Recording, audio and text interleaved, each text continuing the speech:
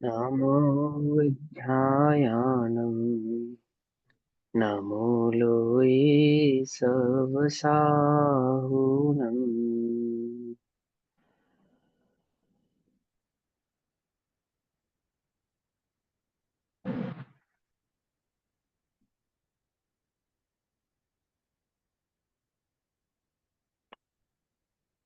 ओंकारं बिन्दुसंयुक्तं नित्यं ध्यायन्ति योगिनः। कामदं मोक्षदं चैव ओंकाराय नमो नमः।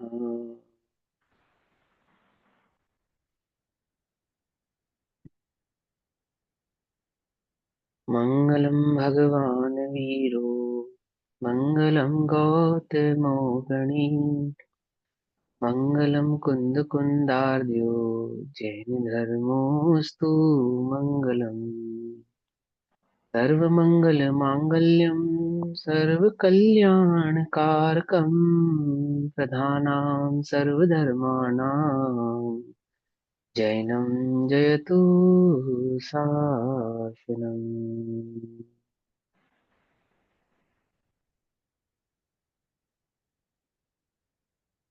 तज्जयति परं ज्योतिः समं समस्तैरनन्तपर्याये दर्पणतलैव सकला प्रतिफलति पदार्थमालिका यत्र।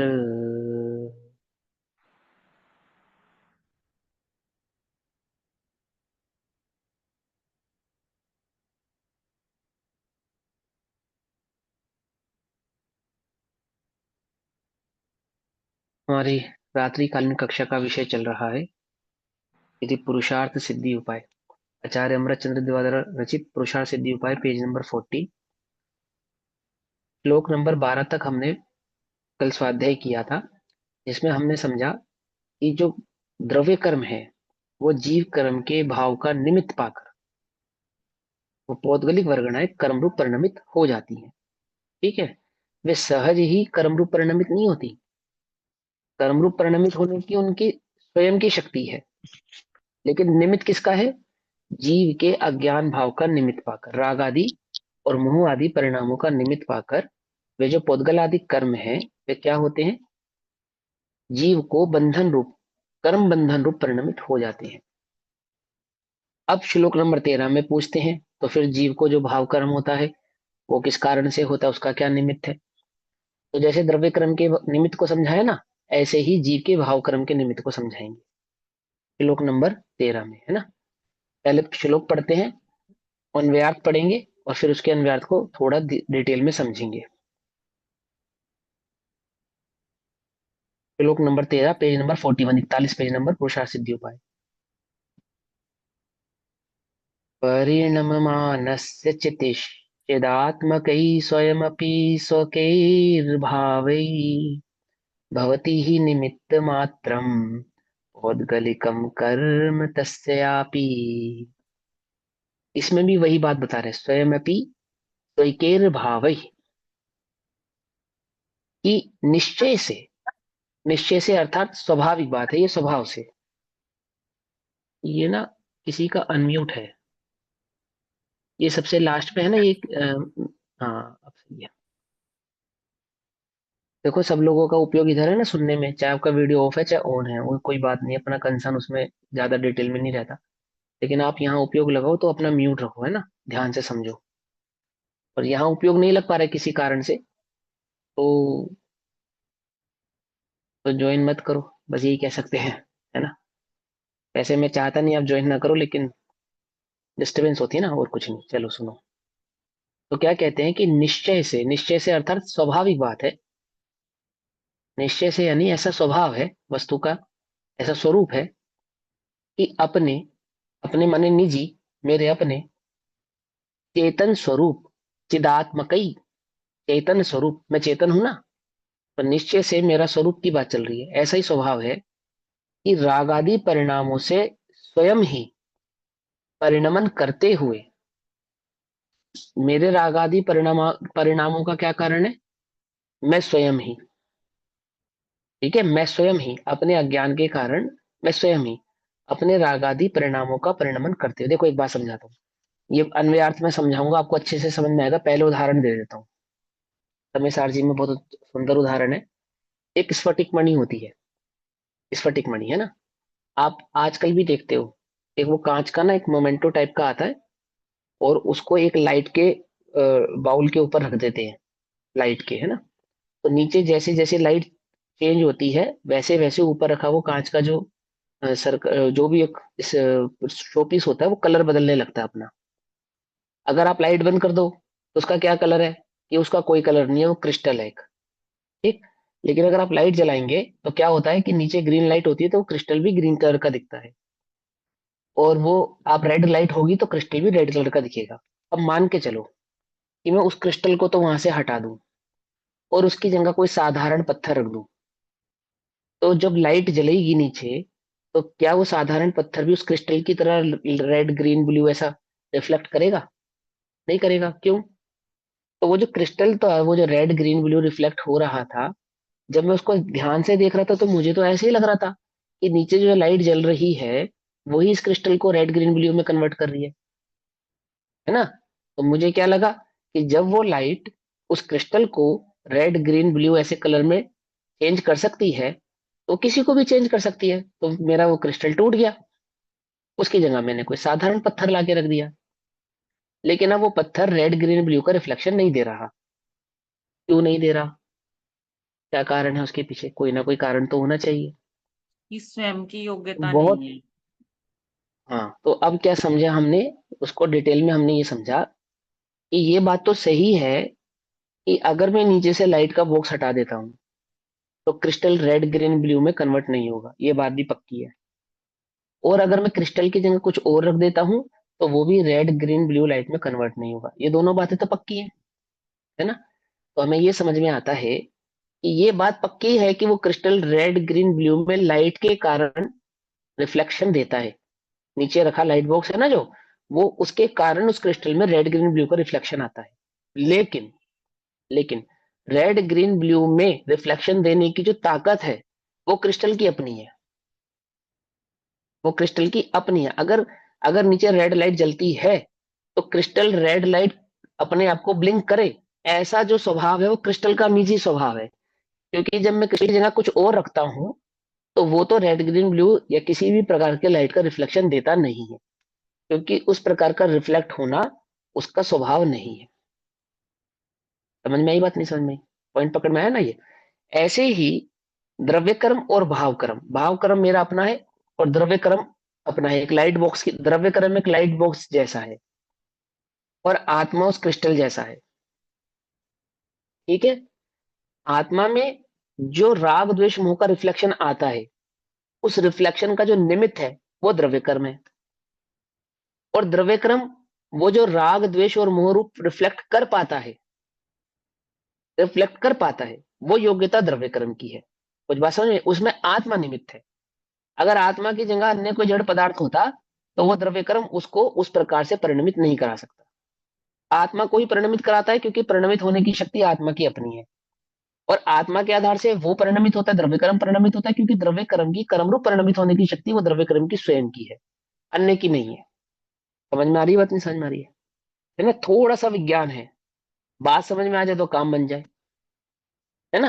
देखो, अ, एक व्यक्ति ने चलाई गोली चलाई, है ना, और गोली लगने से सामने वाला व्यक्ति मर गया। तो किसी ने देखा कि सामने वाला व्यक्ति गोली लगने से मर गया या घायल हो गया, है ना, ऐसा सीखा। तो उसने भी अपने दुश्मन पे गोली चलानी थी। अब उसके पास बंदूक नहीं थी, तो उसने क्या काम करा? सिर्फ गोली गोली का रेंज कर लिया। क्या कर लिया? कि गोली गोली लगने से मरा है ना वो तो गोली ली, खरीदी, गोली समझते, बुलेट खरीदी, और अपने दुश्मन को फेंक के मारी। पर वो नहीं मरा और घायल भी नहीं हुआ, है ना। क्यों नहीं हुआ? मरने वाला या घायल होने वाला व्यक्ति बंदूक से घायल हुआ था या गोली से घायल हुआ था? वो घायल तो गोली से हुआ, है ना। लेकिन सिर्फ गोली से घायल नहीं हुआ और वो बंदूक से भी घायल नहीं हुआ। बेसिकली उस उन दोनों के बीच में घायल होने के पीछे एक एक साइंस थी, एक विज्ञान था, वो था फोर्स। वो था फोर्स। फोर्स पैदा करने की जो क्षमता थी वो बंदूक में थी, और फोर्स को कवर करके आगे बढ़ने की क्षमता वो गोली में थी। कुछ बात समझ में आ रही है, नहीं आ रही है ना? फोर्स देने की क्षमता और फोर्स को ग्रैब करने की क्षमता। तो देने की क्षमता बंदूक की और ग्रैब करने की क्षमता गोली की। कुछ बात समझ में आती है ना? गोली की जगह पत्थर भर दूंगा तो बंदूक चलाई चलेगी या नहीं चलेगी? नहीं चलेगी। और बिना बंदूक के गोली चलाऊंगा तो गोली चलेगी या नहीं चलेगी? तब भी नहीं चलेगी। है ना? लेकिन लोक में कितना चतुर है, बंदूक और गोली को भिन्न भिन्न जानकर, उनके दोनों स्वभाव को भिन्न भिन्न जानकर, है ना, और तब उनके निमित्त नैमित्तिक भाव को पहचान कर उसका कार्य करता है नहीं करता है? करता है ना? ऐसे ही ये अध्यात्म में वस्तु स्वरूप को समझा रहे हैं कि दो भिन्न भिन्न द्रव्य है। एक द्रव्य कर्म है, उद्गल कर्म। एक आत्मा है। आत्मा अपने भाव कर्म का करता है, वो द्रव्य कर्म का करता नहीं है। और द्रव्य कर्म अपने द्रव्य कर्म भाव का करता है, आत्मा की भाव कर्म का करता नहीं है। लेकिन इन दोनों के बीच में एक निमित्त नैमित्तिक संबंध है। द्रव्य कर्म आत्मा के राग आदि भाव के बिना कुछ नहीं कर सकता, और आत्मा का राग आदि भाव कर्म द्रव्य कर्म के उदय के बिना कुछ नहीं कर सकता। इन दोनों के बीच में कैसा है संबंध है? निमित्त नैमित्तिक। और कर्ता कर्म संबंध किसके बीच में दोनों के? कि आत्मा अपने भावों का कर्ता स्वयं है, पुद्गल अपने भावों का कर्ता स्वयं है, परंतु पुद्गल के भावों में और आत्मा के परिणामों में जो निमित्त नैमित्तिक संबंध है, ये दोनों एक दूसरे के साथ जुड़े हुए हैं। दो बात समझ में? एक है कर्ता कर्म संबंध, एक है निमित्त नैमित्तिक संबंध। अब अज्ञानी की क्या भूल है? ध्यान से समझना सभी लोग, हम कंफ्यूज कहाँ होते हैं? हम वस्तु स्वरूप को समझने में मिस्टेक क्या करते हैं कि जहां निमित्त नैमित्तिक संबंध है वहां तो कर्ता कर्म संबंध जोड़ देते हैं। समझ में? ये बात नहीं समझ? और जहां वास्तविक कर्ता कर्म संबंध है वहां निमित्त नैमित्तिक संबंध जोड़ते हैं। जैसे जैसे तुम्हें समय दर्शन कब होगा? कब होगा? आत्मानुभूति तुम्हें कब होगी? कि जब केवल के ज्ञान में झलकी होगी तब होगी, अथवा जब कर्मों का अभाव होगा तब होगी। तो ये तो था निमित्त नैमित्तिक संबंध। इसको तुमने माना कर्ता कर्म संबंध। कुछ बात समझ में? ये नहीं? क्या समझे?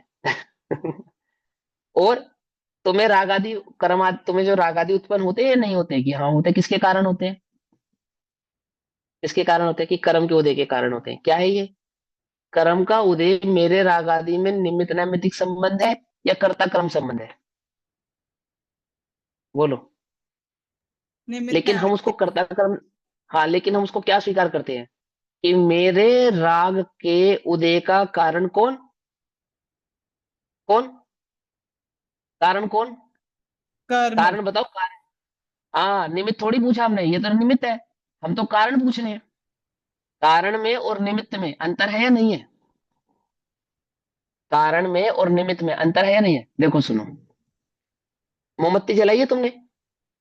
मोमबत्ती छोड़ो, लाइटर से गैस तो डेली जलाते ही होंगे, है ना? गैस जलाई है ना तुमने? हाँ। तो गैस जलाने में कारण कौन है और निमित्त कौन है? बोलो। गैस जलने का, गैस जलाते, गैस लाइटर गैस जलाते, निमित्त है। लाइटर निमित्त है। अच्छा ठीक है, और कारण कौन है? गैस गैस का कारण गैस है, योग्यता। सिलेंडर में हम गैस गैस की भरते हैं योग्यता। गैस की। अच्छा, और तुम कौन हो? निमित्त तो उसमें हो गया लाइटर, और तुम कौन हो? करता। है? वाह, वेरी गुड। यही निमित्त तो ही है, समझना है सारा निमित्त ही का है। सारा। समझे? तुम निमित्त के भी निमित्त हो। क्या कहा? तुम तो कितने बड़े कितने दूर के निमित्त हो, निमित्त के भी निमित्त। जैसे तुम हो और लाइटर नहीं है तो गैस जल जाएगी? नहीं है ना? तो तुम तो वास्तविक निमित्त भी नहीं हो। क्या कहा? तुम तो एक्चुअल निमित्त भी नहीं हो। एक्चुअल निमित्त कौन है उसमें? लाइटर या माचिस, मैच बॉक्स, या जिस भी प्रकार से आप अग्नि प्रज्वलित कर पाए। तो अग्नि उसका वास्तविक निमित्त है। और आप कौन हो? आप उसके दूर के भी रिश्तेदार नहीं हो, लेकिन आपको क्या लगता है कि गैस मैंने जलाई? लगता है या नहीं लगता? है ना? तो एक तो हो गया आप हो और लाइटर नहीं है तो गैस नहीं जलेगी। तो आपको तो हम निमित्त की कोटि में भी काउंट नहीं कर सकते, लेकिन फिर भी आपको लगता है कि मैंने जलाई। कोई बात नहीं। अब आ जाओ गैस लाइटर के पास। गैस लाइटर है, या आग का कोई भी उपकरण है और उसको जलाने वाला नहीं है, तो जल जाएगी? तो भी नहीं जलेगी ना। तो गैस को प्रज्वलित करने के निमित्त हुए आप, लाइटर को प्रज्वलित करने के निमित्त हुए आप, लाइटर में स्वयं में प्रज्वलित होने की योग्यता हुई लाइटर की अपनी। अब आ जाओ लाइटर यानी कि वो गैस लाइटर और उस गैस के संबंध संदर्भ में आ जाओ कि वो लाइटर जो गैस लाइटर है उसकी वजह से गैस जली ना। लाइटर ने गैस को जलाया, यदि ऐसा माने तो लाइटर पानी में भी आग लगा सकता है, लाइटर हवा में भी आग लगा सकता है, लाइटर कागज को भी जला सकता है कि नहीं? ऐसा भी नहीं करेगा। उस लाइटर के निमित्त से जिसमें प्रज्वलित जलने की योग्यता होगी उसी को जलाएगा। समझ में आ रही बात? नहीं समझ में आ रही? तो लाइटर हुआ निमित्त, और क्या किस चीज में निमित्त हुआ? वो गैस को जलाने में। और गैस के जलने में जो कारण हुआ, कारण वो कौन हुआ? वो गैस स्वयं, उसमें स्वयं अग्नि रूप प्रज्वलित होने की क्षमता थी, तो वो स्वयं अग्नि रूप प्रज्वलित हो गई। कुछ बात समझ में आ रही है नहीं आ रही है? सर इसमें ऐसे हवा कर्ता में लाइटर कर्म जला। संबंध कैसे होगा? निमित्त नैमित्तिक संबंध ये हाँ हुआ, कर्ता कर्म। हाँ, और ये जो गैस का आग रूप परिणमित होना, ये गैस का कर्ता कर्म संबंध है। गैस की स्वयं की योग्यता रूप जो गैस में परिणमन होगा, वही गैस का कर्ता कर्म संबंध होगा। समझ सर में ये तो बात नहीं समझ में? अज्ञानी क्या सोचता है, अज्ञानी क्या सोचता है ये एग्जाम्पल में? हाँ हाँ, बताऊंगा ना। आप आगे आगे मत चलो। मैं जब भी दृष्टांत दूंगा तो दृष्टांत तो समझाऊंगा ही। दृष्टांत समझ में आ गया ना? आप सुनो, आप इधर आ जाओ। अब ऐसे ही अपने संदर्भ में हम क्या करते हैं, यहीं से तो बात चली थी कि मुझे राग द्वेष उत्पन्न हुआ।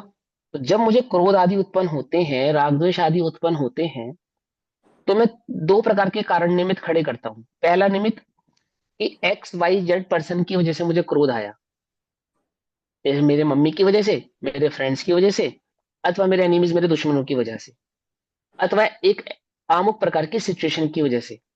जबकि वो निमित्त की भी निमित्त है। जैसे मैं गैस जलाने में निमित्त अपने को मान रहा था, अगर बीच में से लाइटर को गायब कर दूं तो मैं गैस जला पाऊंगा? नहीं जला पाऊंगा ना।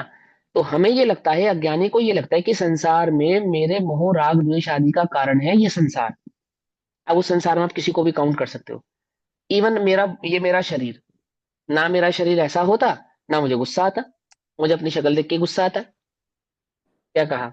या मुझे मेरे शरीर की खूबसूरती देख के राग होता है, या मुझे मेरे शरीर के सफेद बाल देख के दुख होता है, या तो मेरे वो अपने शरीर के सुंदर बालों को देख के राग होता है। पकड़ में ही बात नहीं? पकड़ में? या तो हम इसको मान रहे थे अज्ञानी, उसको थोड़ा समझाया बुझाया, अब उसने अपनी बाजी पलटी, क्या कहने लगा कि कर्म के कारण, कर्म के उदय के कारण मुझे राग द्वेष उत्पन्न होते हैं। क्या कहा उसने? कर्म के उदय के कारण मुझे राग द्वेष उत्पन्न होते हैं। मैं रागी थोड़ी हूं, मैं रागी नहीं हूं। फिर राग क्यों हो रहा है? वो तो कर्म के उदय के कारण हो रहा है। अब जो कर्म का उदय था वो मेरे राग में निमित्त है या कारण है? ये है प्रश्न। ये जो तो था निमित्त, उसको तो माना मैंने कारण, माना ना कारण। अच्छा, और मिथ्यात्व किसको कहते हैं? क्या परिभाषा है मिथ्यात्व की? जैसा वस्तु का स्वरूप है वैसा ना मानकर जैसा नहीं है वैसा मानना, ये मिथ्यात्व है। तो कर्म को अपने राग द्वेष आदि का कारण मानना मिथ्यात्व है या सम्यक है? बोलो। जो निमित्त है उसको कारण मान रही हो, तो वस्तु स्वरूप का चिंतन कर रहे हो या वस्तु स्वरूप से विपरीत चिंतन कर रहे हो आप? विपरीत है ना। वो तो निमित्त था, आपने तो उसको कारण माना। अच्छा जी, ये निमित्त है तो कारण कौन है? मेरे स्वयं का अज्ञान। मेरे स्वयं के अज्ञान के कारण मैं राग द्वेष आदि रूप परिणमित होता हूं, जिसमें द्रव्य कर्म क्या है? निमित्त है। अब मैं दोष किसको दे? बोलो। उपादान को दोष जाएगा या निमित्त को दोष जाएगा? दोष किसका? दोष किसका? गोली चली, आदमी मर गया, सजा किसको होगी? बंदूक को या चलाने वाले को? चलाने वाले को। उपादान। समझे नहीं समझे? एक साधारण घटना में भी, है ना, लौकिक व्यवहार में भी कर्ता कर्म संबंध जिसके साथ होता है उसको तो दोषी मानते हैं, और निमित्त नैमित्तिक संबंध जिनके साथ होता है उसको दोषी नहीं मानते। जैसे आमुक व्यक्ति ने बंदूक की, तलवार की, तोप के निमित्त से आमुक व्यक्ति को मार दिया, है ना? तो आमुक व्यक्ति ने आमुक व्यक्ति को मारा, जिसमें बंदूक, तलवार, गोली, जहर, XYZ ये निमित्त था। अब सजा किसको होगी? निमित्त को या उस व्यक्ति को? उपादान। कर्ता, उपादान को, कर्ता को होगी। ये तो हो गया लौकिक व्यवहार निमित्त के निमित्त को, है। अरे सजा लौकिक निमित्त व्यवहार के भैया। निमित्त को दी ना।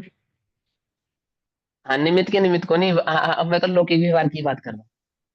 अब लौकिक व्यवहार में क्या है? लौकिक व्यवहार में कर्ता कौन है? लौकिक व्यवहार में कर्ता है सर वो व्यक्ति एक जिसने गोली क्वेश्चन है, चलाई। सर एक हाँ क्वेश्चन है। हाँ जब हाँ, आपने बोलो बोलो। बोला कि लाइटर के निमित्त से गैस अरे चला और वो तो मैं आपको उदाहरण के माध्यम हाँ, से नहीं अध्यात्म उदाहरण का नियम नहीं, समझा रहा था। हाँ वो हाँ उदाहरण से ही तो हम हाँ करता तो होंगे ही ना, हमारे बिना भी तो लाइटर हाँ। नहीं जलेगा, गैस नहीं जलेगा। नहीं, हम लाइटर, अगर हम लाइटर को जलाने के करता हैं, अगर हम ऐसा माने, तो लाइटर खराब होने के बाद हम लाइटर जला पाते हैं?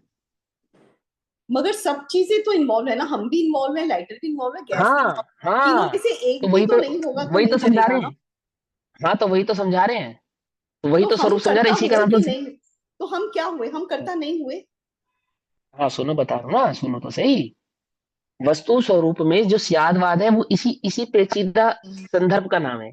इसी पेज को अगर आपने समझ लिया तो सारा जिनागम आपको समझ में आ जाएगा कि अपने कार्य के तो हम करता है और पर के कार्य के हम निमित्त हैं। तो गैस को जला लाइटर रूप प्रज्वलित करने की जो मेरी क्षमता है वो तो मेरी अपनी है, और लाइटर रूप प्रज्वलित होने की जो क्षमता है वो लाइटर की है, और अग्नि रूप प्रज्वलित होने की जो क्षमता गैस की है वो गैस की है। मैं गैस का कार्य नहीं करूंगा, मैं लाइटर का कार्य नहीं करूंगा, मैं अपना कार्य करूंगा। मैं अपना काम करूंगा जिसमें लाइटर के लिए मैं निमित्त हो जाऊंगा। लाइटर अपना काम करेगा जिसमें गैस उसके लिए निमित्त हो जाएगी, और गैस अपना कार्य करेगी जिसमें लाइटर और मैं उसके लिए निमित्त हो जाएंगे। कुछ बात समझ में आई या नहीं समझ में आई?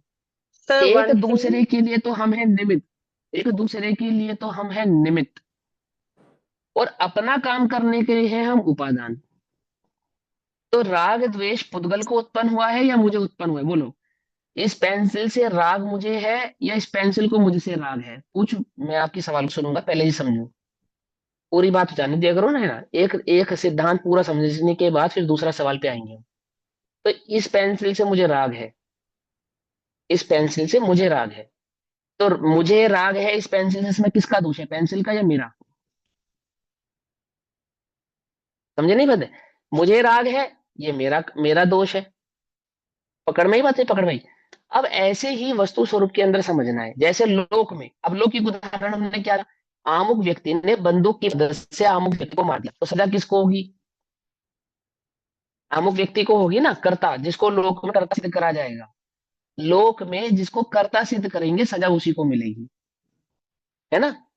ऐसे ही अध्यात्म में कर्ता कौन है ये सिद्ध करना पड़ेगा पहले आपको, और कर्ता को सिद्ध किए बिना कार्य की सिद्धि नहीं कर पाएंगे हम।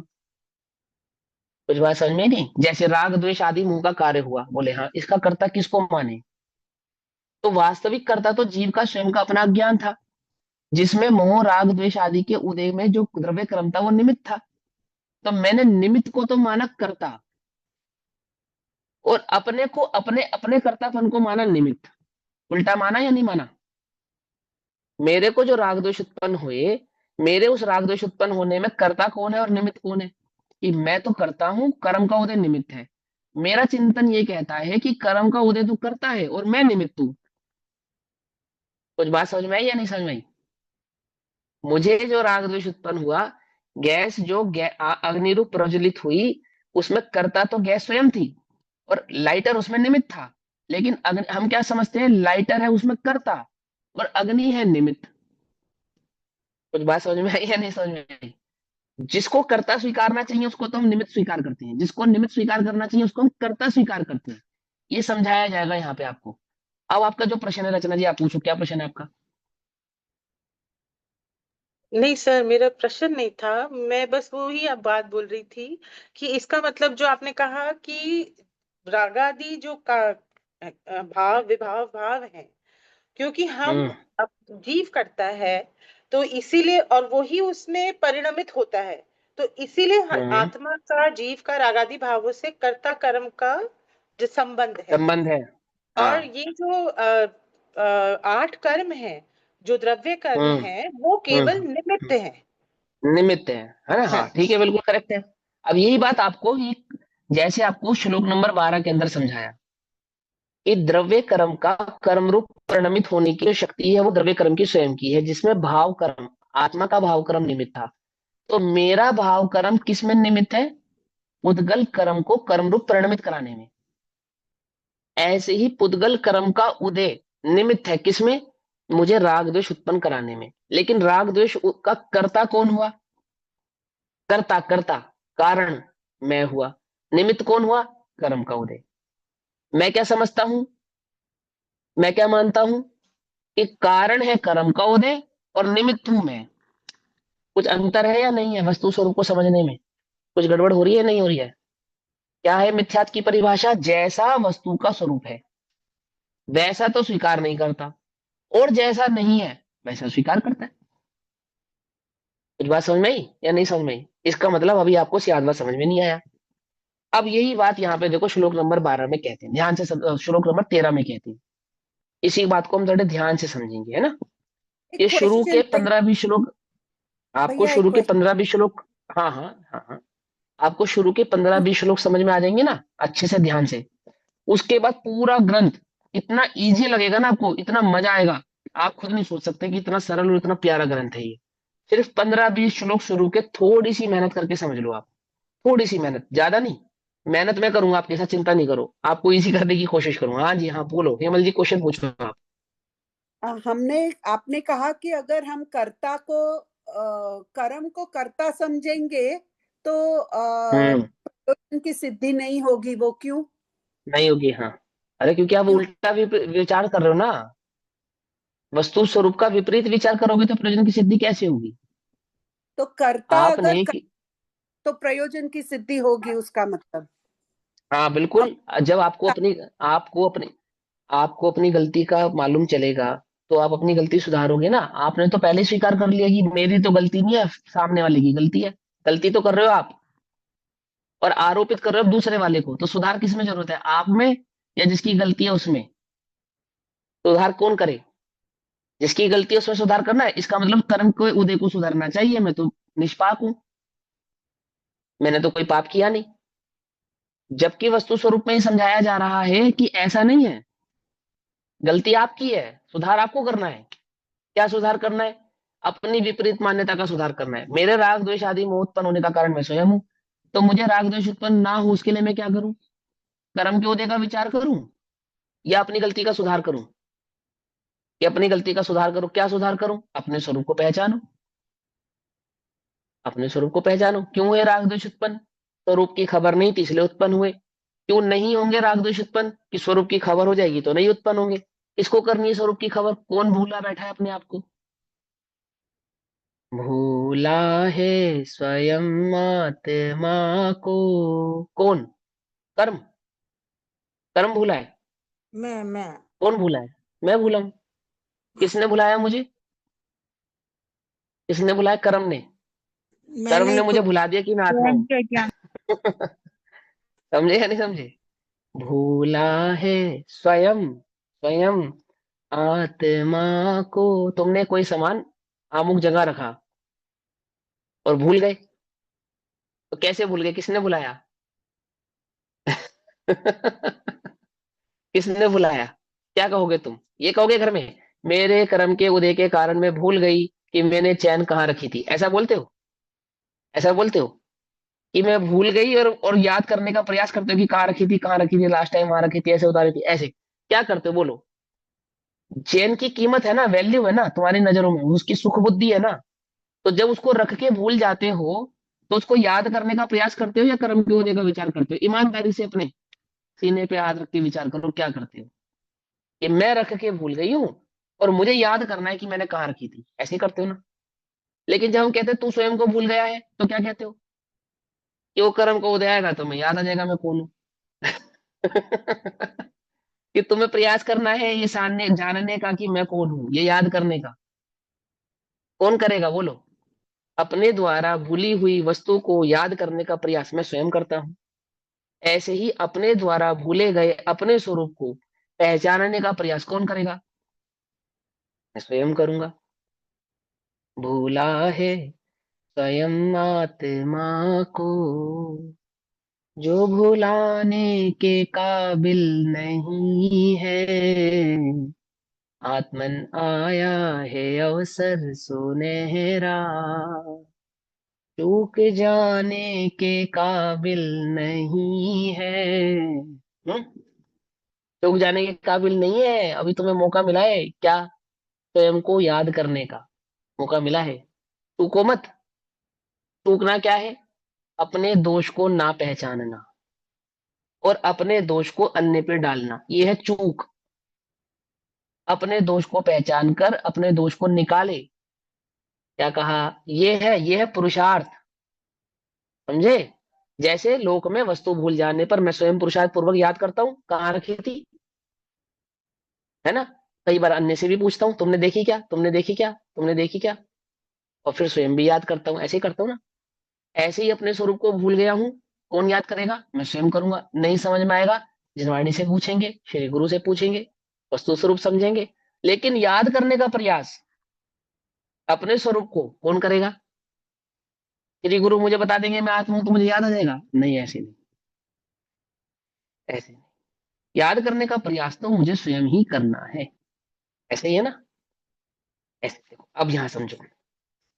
निश्चय से अगर वस्तु स्वरूप को समझो, वस्तु स्वरूप के नजदीक जाकर देखो, है ना, निश्चय से, तो क्या समझ में आता है कि अपने चेतन स्वरूप रागादि परिणामों से, अपने अपने चेतना स्वरूप, चेतना स्वरूप, है ना, रागादि परिणामों से स्वयं ही, चेतना स्वरूप जो रागादि परिणाम है उनसे मैं स्वयं, यानी कि भाव कर्म कहते हैं।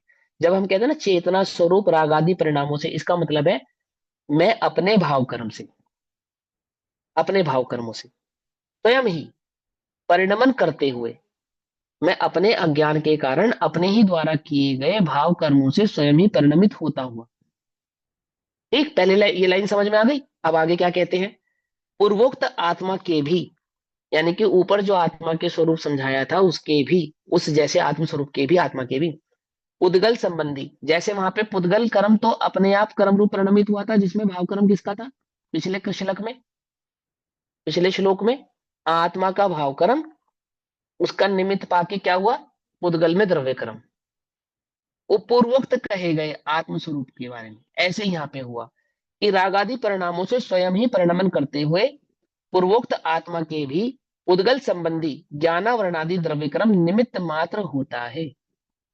अर्थात द्रव्य कर्म यानी ज्ञानावरणादि दर्शनावरणादि द्रव्य कर्म का जो उदय है उस आत्मा को निमित्त मात्र होता है। कब?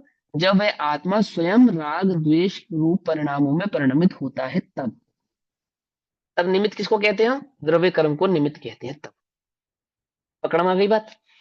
कंफ्यूजन तो नहीं है कोई? अब देखो क्या कहते हैं, टीका पढ़ेंगे ध्यान से। ही चिदात्मकई स्वकई भावई स्वयं स्वयमपि परिणममानस्य तस्य चितः अपि पौद्गलिकम कर्म निमित्त मात्रम भवति। पौद्गलिक कर्म निमित्त मात्रम भवति।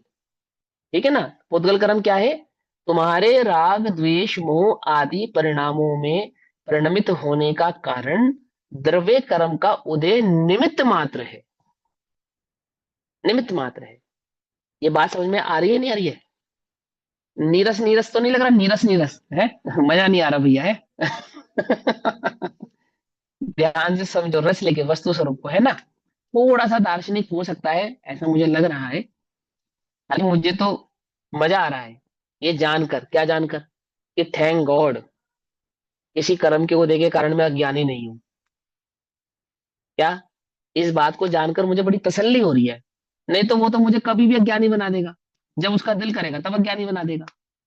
कम से कम मुझे इस बात की तसल्ली है कि मेरे अज्ञान का कारण मैं स्वयं हूँ।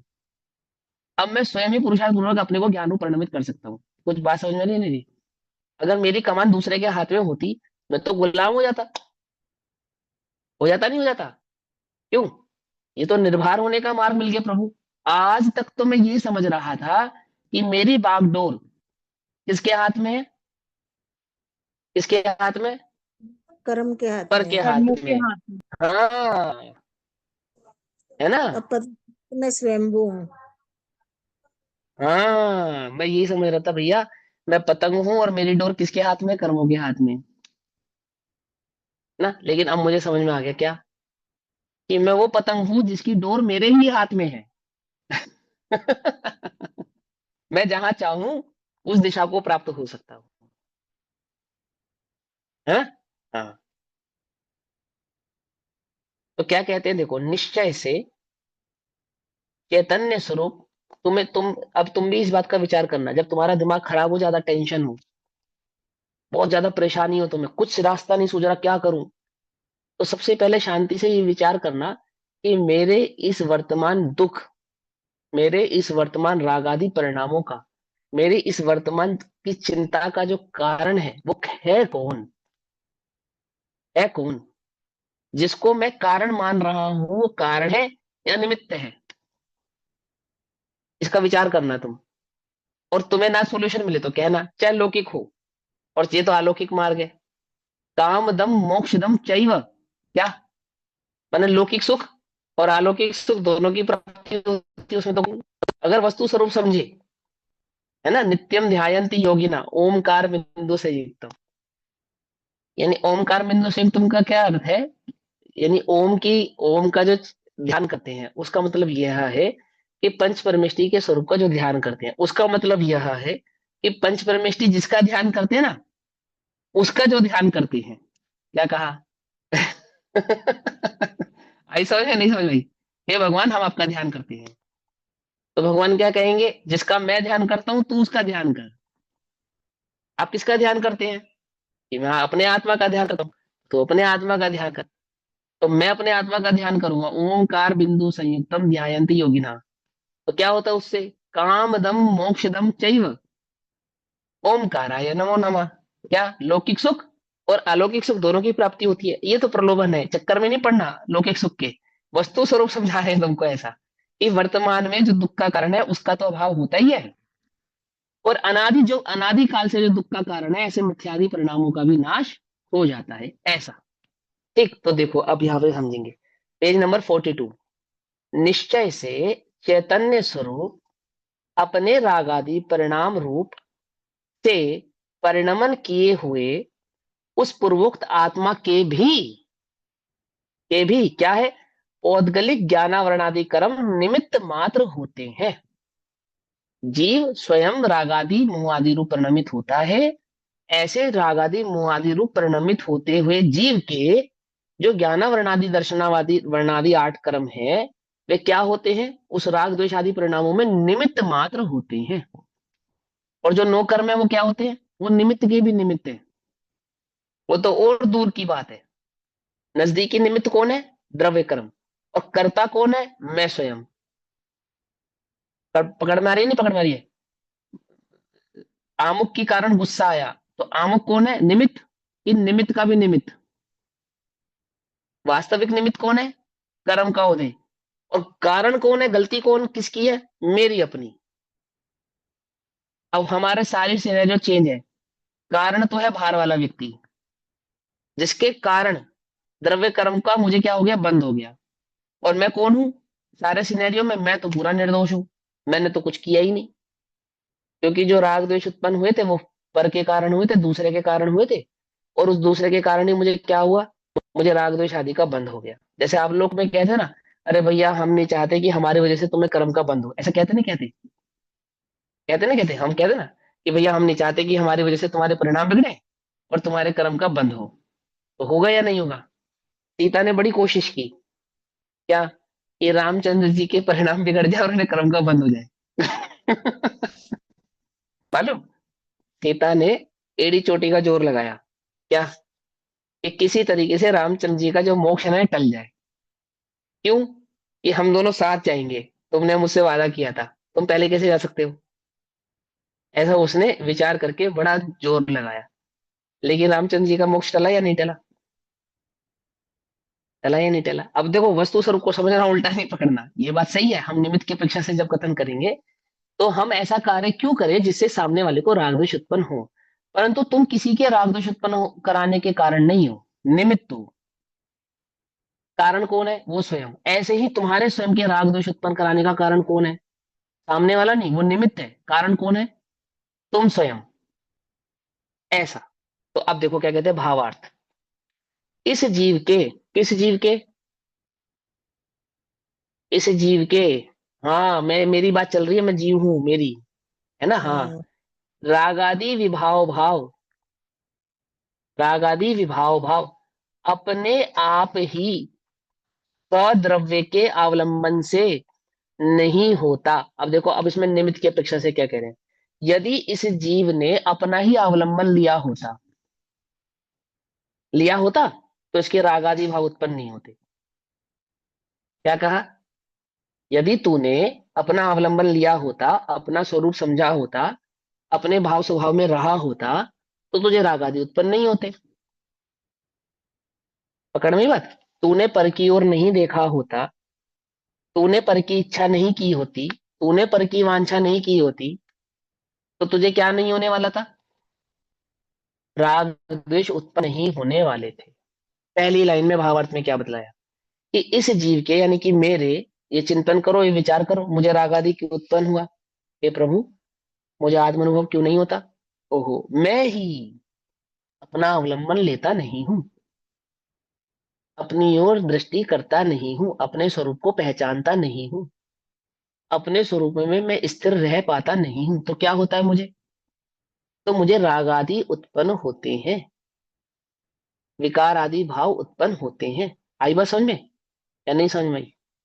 क्या कहा? इस जीव के, देखो, आचार्य देव जब ग्रंथ लेखन करते हैं ना, ग्रंथ लेखन, तो उसको पता है क्या कहते हैं? ये मेरा ही दोष है। क्या?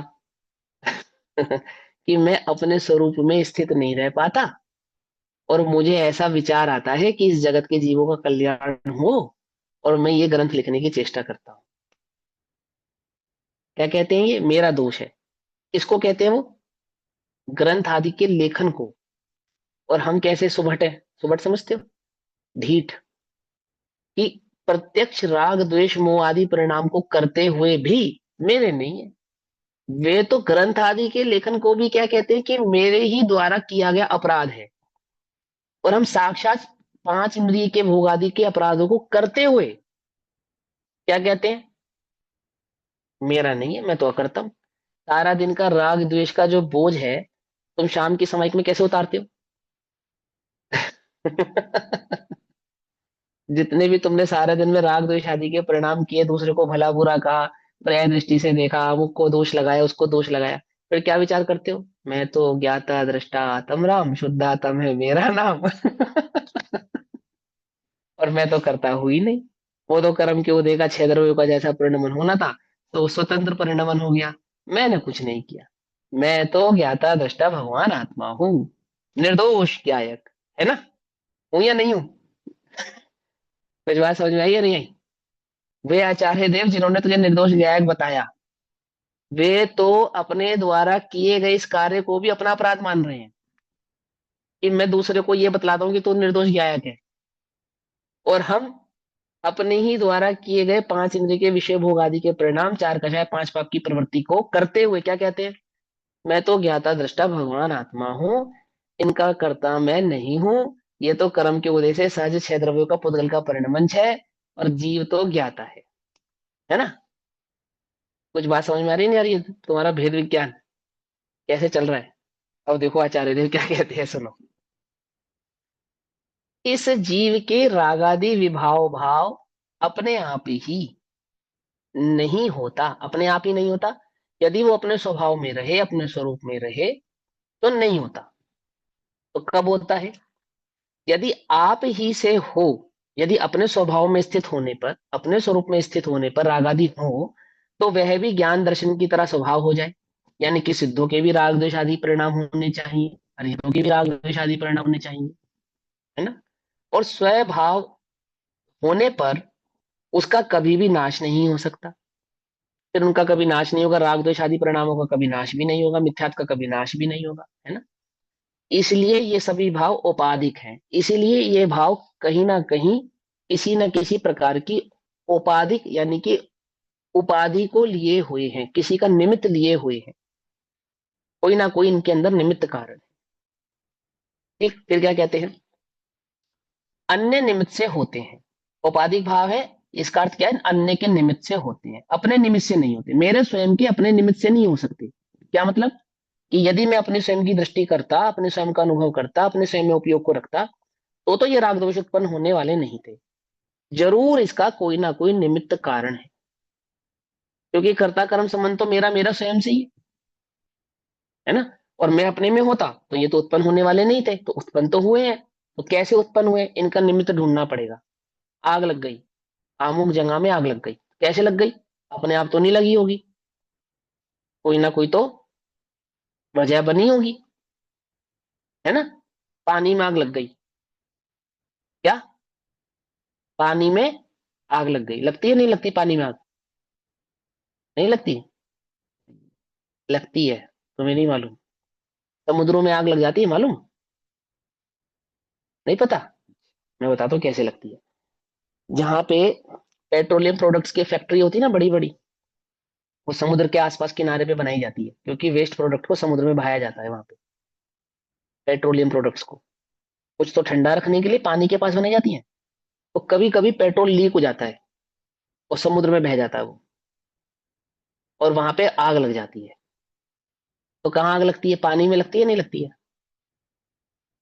क्या समझे, अब समझो कि पानी में आग लग गई, ये कैसे हो गया, जरूर कोई ना कोई निमित्त। तो क्या निमित्त खोजा वहां पे, कि पानी में आग नहीं लगती, आग तो पेट्रोल में लगती है, परंतु वो पेट्रोल पानी की सतह पे तैर रहा है ना, वो पेट्रोल जो जल रहा है, आग पकड़ा हुआ है, उसको क्या कहा, पानी में आग लग गई। कुछ बात समझ में ही या नहीं, समझ में आई? ऐसे ही ये आत्मा अपना ही अवलंबन ले रहा होता तो राग द्वेष उत्पन्न नहीं होते, उत्पन्न हो गए। अब जरूर कोई ना कोई निमित्त है इसके अंदर, कुछ ना बात तो कोई घटना तो घटी है। तो क्या घटना घटी है, और वे निमित्त क्या है, वे ज्ञानावरणादि द्रव्य कर्मों को जानना। उसमें जो पानी में आग लगी हुई है, उसका निमित्त कौन है, पानी की सतह पे तैरता हुआ पेट्रोल। यानी कि आत्मा में जो राग द्वेष आदि उत्पन्न होते हुए दिखाई दे रहे हैं, उनमें जो निमित्त कारण है वो कौन है, वो द्रव्य कर्म मोह कर्म आदि का उदय। उदय, पकड़ में ही बात है ना। अच्छा, अब ये द्रव्य कर्म मोह कर्म आदि का उदय निमित्त क्यों बना, क्यों बना, वो पेट्रोल की फैक्ट्री थी वहां पे, आदि आदि, वो तो पेट्रोल की बात से, यहां समझो, इस स्वरूप का अवलंबन नहीं लिया, पर का अवलंबन लिया, तो वो जो द्रव्य कर्म भाव कर्म थे ना, जो द्रव्य कर्म थे, वो भाव कर्म में परिणमित हो गए, जीव के राग द्वेष मोह आदि के कारण हो गए। क्यों हो गए, क्योंकि जीव ने उस समय अपना अवलंबन ना लेकर पर का अवलंबन लिया था। उसको यहां समझेंगे। देखो, जिस प्रकार द्रव्य कर्म उदय अवस्था को प्राप्त होता है, द्रव्य कर्म में क्या होता है, उदय आदि भाव द्रव्य कर्म में होते हैं, यानी द्रव्य कर्मों में ही बंद होता है और द्रव्य कर्मों में ही उदय आता है, उदय अवस्था को प्राप्त होते हैं। उसी प्रकार आत्मा विभाव रूप परिणमन करता है। कर्म अपना काम करता है, आत्मा अपना काम करता है। आत्मा अपने विभाव रूप में परिणमन करता है और द्रव्य कर्म उदय रूप अवस्था को परिणमित होता है। दो बातें हो गई। अब आगे चलो, प्रश्न, उद्गल में ऐसी कौन सी शक्ति है कि जो चैतन्य को विभाव रूप परिणमन करवा देती है। उद्गल के कर्म के उदय में ऐसी कौन सी शक्ति है भैया, कि जिसने चैतन्य को, यानी उस आत्मा में राग द्वेष भाव उत्पन्न करा दिए। अब समझेंगे कि आत्मा को राग द्वेष भाव उत्पन्न कराने वाला वो कर्म का उदय नहीं है, ये आत्मा ने पर का अवलंबन लिया था इसलिए हो गया।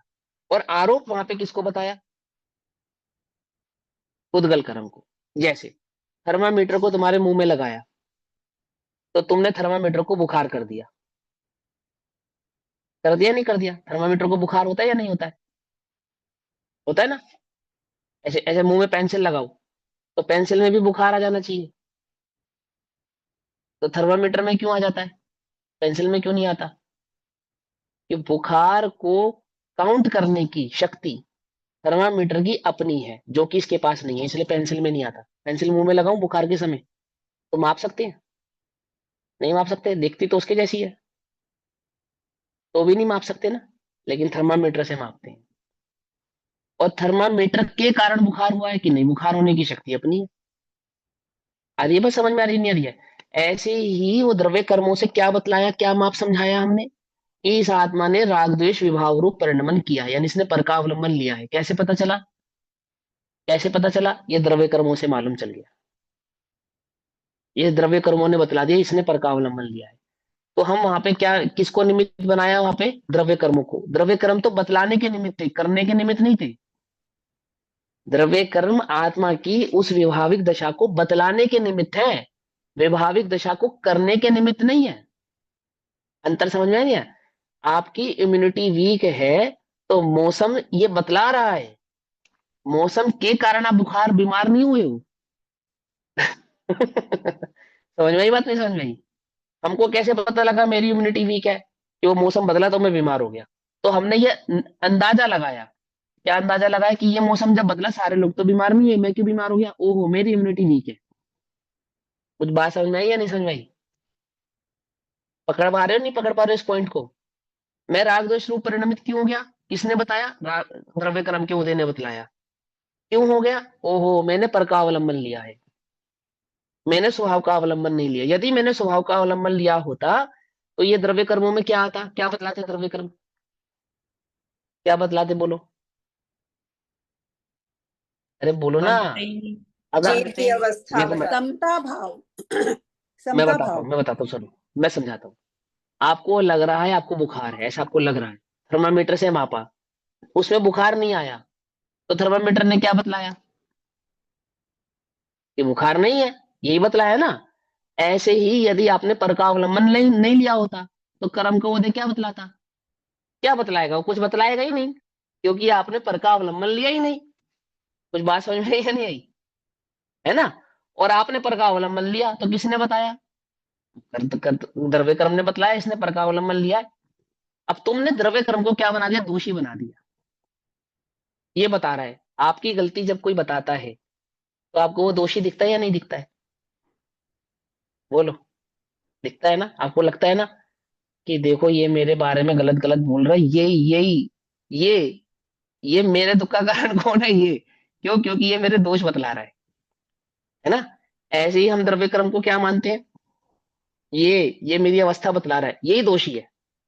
क्यों है? क्योंकि ये मेरी अवस्था बतला रहा है। ये जो मेरे भीतर का राज है ना, ये खोल रहा है। कौन खोल रहा है? कौन खोल रहा है? द्रव्य कर्म। क्या बतला रहा है? कि तू रागी है, तू द्वेषी है, तू मोही है, तू पर का अवलंबन लेने वाला है। तो अब हमारा हमारा सबसे बड़ा दुश्मन कौन हो गया? कौन हो गया? कर्म हो गया या नहीं हो गया? है ना? हमारी जिंदगी का सबसे बड़ा दुश्मन, एकमात्र दुश्मन, जिसका मुझे क्या करना है? घात। इसलिए हमने क्या कहा? शत्रु। और भगवान का नाम क्या रखा? अरिहंत। मतलब जिन्होंने कर्म रूपी शत्रुओं का क्या कर दिया? हनन कर दिया। कुछ बात समझ में आई? तुम्हें नहीं समझ में आई? सर कर्म के उद्देश्य। हाँ सर हाँ फिर तो वो कर्म बात सही नहीं होगी आपने जो कहा। अरे सही है, वो उपचरित कथन कर्म होते हैं शत्रु भैया। नहीं है ना, अभी तो हमने प्रूफ किया। हाँ, लेकिन उपचरित कथन। क्यों क्यों कहा लेकिन उनको सर शत्रु? भाव कर्म तो शत्रु हो गए ना। जब हाँ, द्रव्य भाव कर्म कर्म। परिणमन होते तो भाव कर्म हाँ, पहले, उनकी वजह से शत्रु तो है ना। द्रव्य कर्म परिणमन होते हैं ना। हाँ, तो है ना शत्रु, है ना? तो तो विभाव भाव कर्म कर्म तो का। शत्रु हो गए। हाँ, तो तुम जो स्वरूप का अवलंबन ले रहे हो किस लिए ले रहे हो? भाव कर्मों के अभाव के लिए ले रहे भाव कर्मों के हो अभाव जो के तुम। लिए। हाँ, जो मैं स्वरूप का अवलंबन ले रहा हूँ, कि मैं जो स्वयं दुखी हूँ, दुखी क्यों हूँ? कि पर में आसक्ति के कारण। तो मैं पर में आसक्ति क्यों छोड़ रहा हूँ? दुखी होने के लिए। अपने दुख को, जे त्रिभुवन में जीवनंत, सुख चाहे दुखते भयवंत। मैं दुखी हूं तो मैं क्या उपाय कर रहा हूँ? सुखी होने का उपाय कर रहा हूँ। मैं मिथ्या दृष्टि हूं तो क्या उपाय कर रहा हूँ? समय दृष्टि होने का उपाय कर रहा हूँ। मैं पर का अनुभव कर रहा हूँ तो क्या उपाय कर रहा हूँ? स्वयं का, स्वयं चैतन्य स्वरूप भाव का अनुभव करने का उपाय कर रहा हूँ।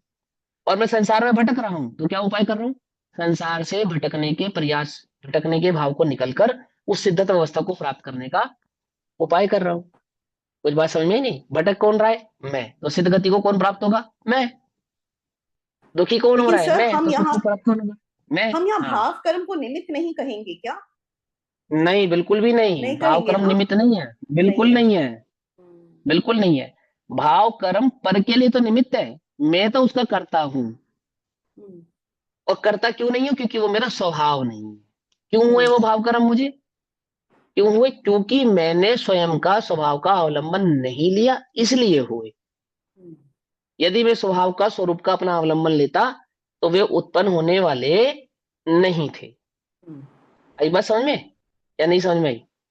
है ना? हाँ, ऐसे। तो ये देखो, ये सियादवाद का कथन है, ये वास्तविक वस्तु स्वरूप है, ये समझना बहुत जरूरी है। सर अगर एक ये बात समझ चीज में नहीं आएगी। एक चीज हाँ थोड़ा सा बोलो। ना डिस्टर्बिंग है। हम हाँ बोलो ना। हर चीज को ना कहीं जस्टिफाई कर ही लेते हैं, कभी सियादवाद से, कभी इससे, कभी नए से, कभी उससे, मतलब एवरीथिंग इज राइट। नहीं नहीं, जस्टिफाई नहीं करते हैं। देखो क्या है, अभी बताया ना, मलेच्छ को मलेच्छ भाषा में कथन करना। अब क्योंकि तुम्हें आत्मा के स्वरूप की खबर, तुम्हें वो न्याय की बात और वो कर्ता कर्म संबंध तुमने पहले पढ़ा, अच्छे से समझा, तुमने समय लगाया, उपयोग लगाया, तो आज ये बात हम कह पा रहे हैं और आप समझ पा रहे हो। लेकिन यही बात अगर मैंने पहले दिन कही होती तो समझ में आती? तो वो जो जस्टिफिकेशन है वो पहले दिन वाले स्टूडेंट के लिए, आपके लिए नहीं है। जिसको आत्मा की भी खबर नहीं है, कर्म की भी खबर नहीं है, उसको सिंपल सिंपल सी बस इतनी बात है कि मैं तो दुखी हूं और ये धर्म क्या है, इसका स्वरूप क्या है, मुझे समझाओ। तो वो जस्टिफिकेशन नहीं है, वो बेसिकली वो क्लास उसके लिए थी। और हम उसको ये समझने की इन्होंने ये कहा है कि जैसे आज आप ये सवाल करो, यार नर्सरी में ये एबीसीडी पढ़ाते हैं, क्या करते हैं, ये क्या पढ़ा रहे हैं एबीसीडी, ऐसा कहो, आप सवाल करो, तो आपको टीचर पहले क्या जवाब देगा? नर्सरी भैया में आपके पहले लिए नहीं पढ़ाते है। हैं, एबीसीडी पढ़ाते हाँ हैं, फिर बीएटी बैट पढ़ाते हैं, हाँ तो हाँ बच्चे हाँ कंफ्यूज थे, बी के बाद ए क्यों आ गया। यस। हाँ हाँ, है ना, करते हैं ना। तो फिर आपसे क्या कहते हैं कि भैया वो आपके लिए नहीं है, आप वो पढ़ चुके, आप आगे आओ, आपके लिए ये वाली बात है, वो बात आपके लिए नहीं है, वो उसको आप पार कर चुके हो। लेकिन जो फर्स्ट स्टूडेंट है उसके लिए तो वही इंपॉर्टेंट है ना। तो वो जो आपको कंफ्यूजन लग रहा है, वो कंफ्यूजन नहीं है, वो सियाद भाव का एक एक क्रमिक भाव है, वस्तु स्वरूप को समझने का एक क्रम है, वो उस क्रम के अंतर्गत आती है बात। आई बात समझ में नहीं समझ में? जैसी जीव की योग्यता होगी उसको उसी क्रम के अनुसार वस्तु स्वरूप परोसा जाएगा, समझाया जाएगा। ठीक है ना? उसके सर्वांगीण भाव को हमें समझना है, तरीके से समझना है कि हमने कितनी बातों को समझ लिया, अब कितनी बातों को हमें समझना है ना? चलो अब ये उत्तर पढ़ते हैं कि पुद्गल में, अभी हमारे पास 1 मिनट है ना? ले लू ना? है तो 1 मिनट, लेकिन 2-3 मिनट लगेंगे। ठीक है, सुनो। पुद्गल में ऐसी कौन सी शक्ति है कि जो चैतन्य को विभाव रूप परिणमन करा देती है? क्वेश्चन है।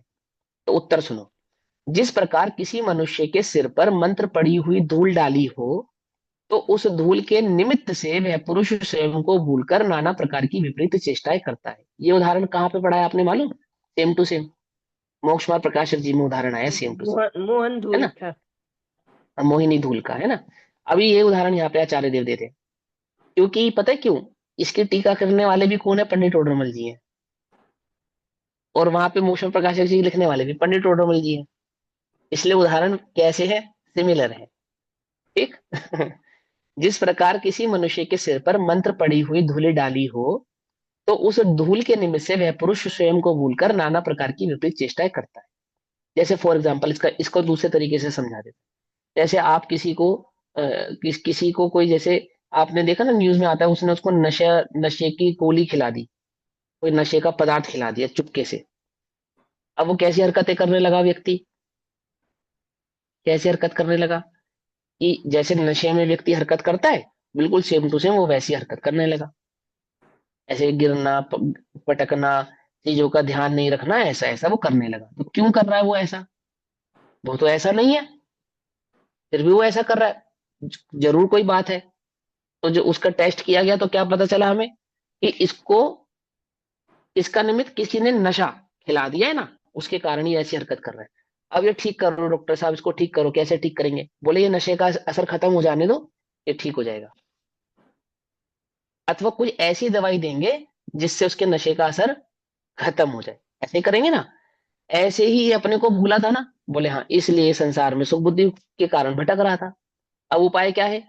ये बोले स्वयं को याद कर ले, अपने स्वरूप को पहचान ले, तो ये जितनी भी कुचेष्टाएं हो रही थी ये सब उन्हीं बंद हो जाएंगी। तो क्या उदाहरण दिया उन्होंने? मोहिनी धूल का। मंत्र के निमित्त से उस धूल में ऐसी शक्ति हो जाती है, जैसे फर्मेंटेशन के निमित्त से फलों के रस में कैसी शक्ति हो जाती है? नशा पैदा करने की शक्ति हो जाती है। फलों का ही तो रस है वो, और तो कुछ है नहीं। अंगूर का रस, अन्य फलों का रस, अथवा जो ज्वार आदि के माध्यम से क्या बनाई जा गई? शराब बनाई गई। तो वो जो ज्वार है, जो शरीर में बल प्रदान करते हैं, अनाज, उसी अनाज को फर्मेंटेड करके क्या बना दिया गया, नशा कारक पदार्थ बना दिया गया। ऐसे ही धूल में क्या है, धूल कुछ नहीं है, उसमें मंत्रों का फर्मेंटेशन करके ऐसी शक्ति उत्पन्न करी कि जीव उसको, मोहिनी को प्राप्त हो जाए। आई बात समझ में? गेहूं खाकर किसी को नशा नहीं आया, मैं ऐसे फॉर एग्जांपल के समझो, जैसे अंगूर खाकर तो कोई लुढ़कता फिरता नहीं है, लेकिन अंगूर से बनी हुई शराब को पीकर इधर उधर भटकता फिरता है ना? तो किसका दोष है, अंगूर का दोष है या नहीं? कि बोले अंगूर में नहीं, अंगूर में जो फर्मेंटेशन करके शराब बनाई गई, ऐसे ही धूल में जो मंत्रों का फर्मेंटेशन करके ऐसी शक्ति पैदा की गई। समझ में ये बात? नहीं समझ में आई? है ना? तो ये उदाहरण उन्होंने मंत्रों की शक्ति का दिया, वर्तमान में आप इसको अंगूर के शराब के निमित्त से समझ लो। क्या कहा, मंत्र के निमित्त से उस धूल में ऐसी शक्ति हो जाती है, फर्मेंटेशन के निमित्त से उस अंगूर के रस में ऐसी शक्ति उत्पन्न हो जाती है कि वो नशाकारक हो जाता है। ये उदाहरण तो समझ में आ गया आपको? आगे चलो।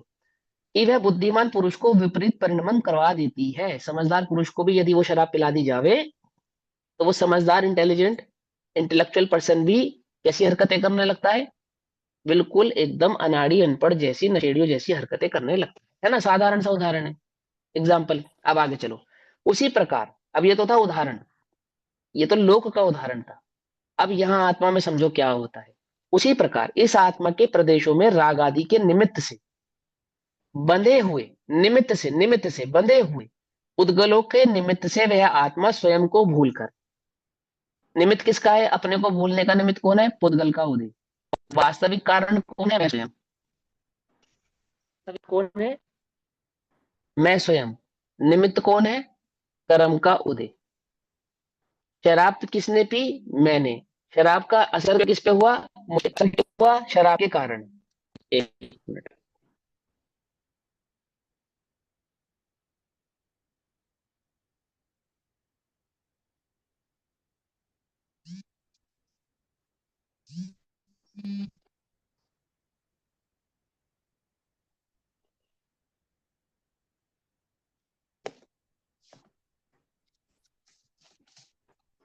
आवाज आ रही है मेरी? आवाज आ रही है मेरी? आवाज आ रही है? नहीं आ रही? आ रही है, आ रही है, अच्छा सुन। आ रही, आ रही। हाँ, आ रही है। देखो, तो कहते हैं कि शराब किसने पी, मैंने पी। और नशा किसके कारण हुआ, शराब के कारण हुआ। तो बोले शराब तो निमित्त है, और नशे और परिणाम होने की शक्ति मेरी स्वयं है।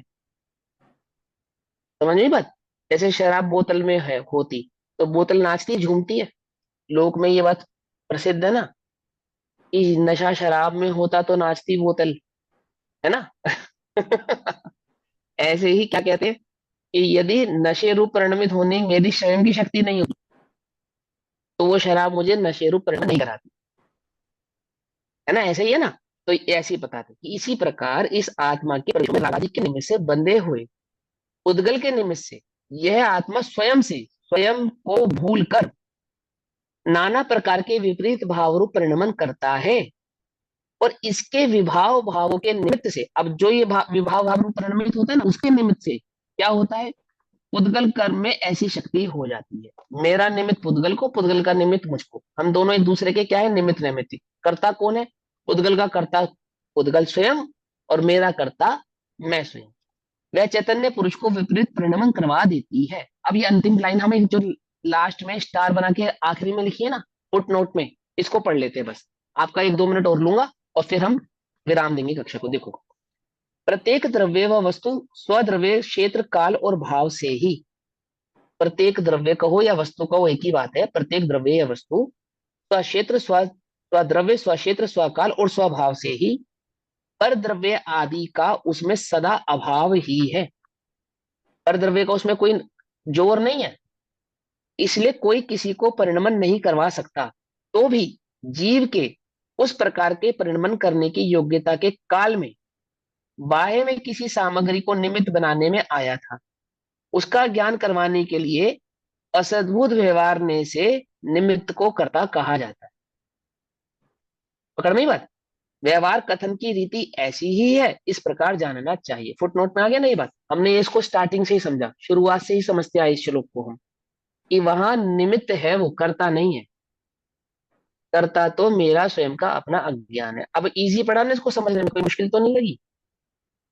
अब क्या कहा, चैतन्य पुरुष को विपरीत परिणाम करवा देती है, ऐसा। अब इस भांति भाव कर्म से द्रव्य कर्म और द्रव्य कर्म से भाव कर्म होता है, इसे ही संसार कहते हैं। आज की कक्षा को यहाँ विराम देते हैं, बाकी चर्चा हम कल करेंगे। तब तक के लिए सभी को जय जिनेन्द्र, ओम नमः शिवाय। निज निधि निज में बताई यह अनंत उपकार है, उसके लिए जिनवाणी माँ को वंदना शतबार।